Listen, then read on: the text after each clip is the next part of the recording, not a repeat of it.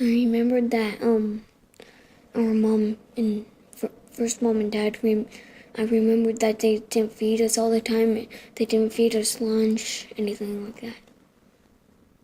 She wasn't even born yet, but she was born after me, so I used to feed her, but then I used to feed her once she was born. I was feeding her bottles, changing her diapers, and I had to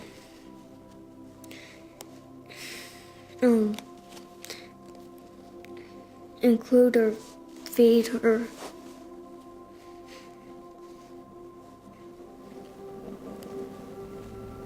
How old were you? I was about 6, 5, 4. I think about it because it's a little scary. Because I had to do all the work.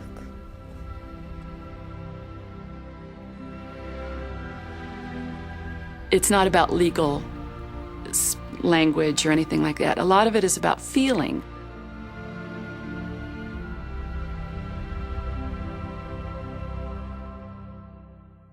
On many occasions, my parents would Michael and Brenda would just get drunk all the time.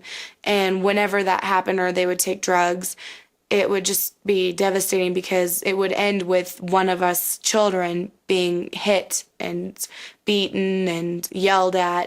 You really have to bring these children to life for the judge so that the judge can see what the children are going through, what their reactions are to everything that's happening to them. With me being the oldest and everything, I had to take care of my siblings. They never did anything for them. When Ariel was born, I was the one who got up at 4 a.m. and gave her bottle.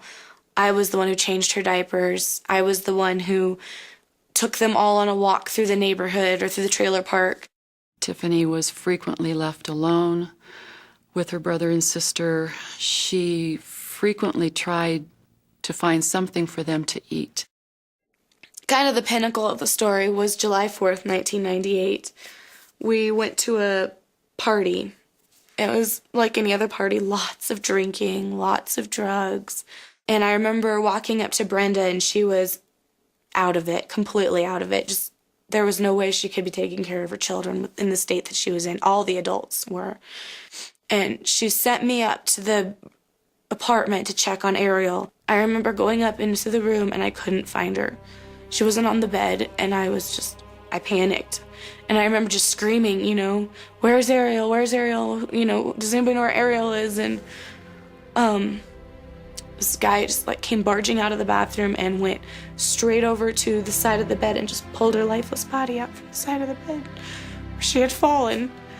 And I just couldn't believe it. And he just laid her on the bed and just took off. He just left the room.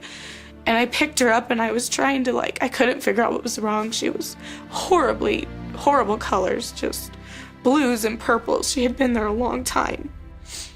And I remember just walking out onto the deck and Brenda and everybody was just charging up the stairs because they knew something was wrong. And just saying to her, Ariel's dead. She's dead. And I didn't know what to do. And I was scared. I was 9 years old. I didn't know what was going on.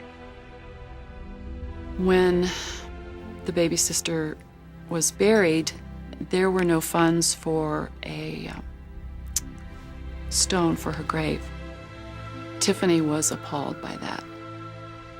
And so I was able to work with a program that actually donated a grave marker for Ariel.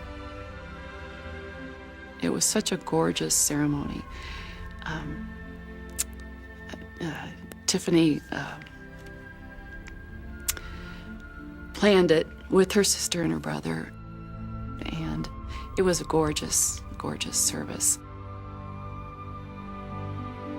There are a lot of things like that that are, in hindsight, are so incredibly emotional that it's hard to track them all. I've really learned to check with my emotions, but these 3 kids, like I said, because they are so gorgeous and they're smart and intelligent kids, that it does break my heart when I see what they've had to go through, and I don't think any child should have to go through that. It just became a part of me to make sure that these children were going to receive what they needed the most, and working toward the permanency for them and keeping them safe.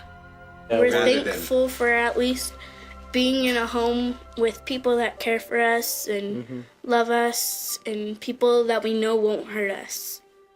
That's when I get emotional, is to see kids that are healthy and happy and have a good home. Now we get to sit on the couch and cuddle with mom and dad and watch TV. And will have that as their legacy for the rest of their life. Daddy feeds us lunch and Mommy feeds us lunch. They take care of us. When that Casa worker is in the courtroom, they are truly speaking for the child and standing up for that child's opinions and wants and needs. Of course, the biggest one was the day of adoption. That was huge. Pretty cool.